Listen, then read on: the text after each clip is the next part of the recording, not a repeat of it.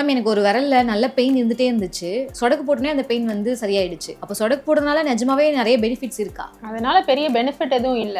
இதுக்காக 60 இயர்ஸ்க்கு முன்னாடி ஒரு ரிசர்ச் கூட பண்ணிருக்காங்க. டொனால்ட் ஹங்கர் அப்படிங்கிறவரு கண்டினியூஸா 60 இயர்ஸ் அவரோட லெஃப்ட் ஹேண்ட்ல நக்கிள்ஸ் பிரேக் பண்ணிட்டே இருந்திருக்காரு. ரைட் ஹேண்ட ஐடியலாவே வச்சிருந்திருக்காரு. 60 இயர்ஸோட முடிவுல என்ன ப்ரூவ் பண்ணிருக்காருன்னா 2 ஹேண்டுக்கும் ஒரு பெரிய டிஃபரன்ஸ் இல்ல, அதனால எந்த விதமான பாதிப்பும் இல்ல அப்படிங்கறத ப்ரூவ் பண்ணிருக்காரு. அது மட்டும் இல்ல, இந்த ஒரு ஸ்டடிக்காக அவரு நோபல் பிரைஸ் கூட வாங்கியிருக்காரு 2009ல. சோ இந்த நெட்டி முறிக்கிறதுங்கிறது அந்த கேஸ் பபிள் பிரேக் ஆனதுனால வரக்கூடிய ஒரு சவுண்ட் தானே தவிர அது ஒரு செல்ஃப் சாட்டிஸ்பாக்சன் தரும். அதனால ஜாயிண்ட்டுக்கு பெரிய ஹார்ம்ஃபுல்லும் இல்ல, பெனிஃபிட்டும் இல்ல.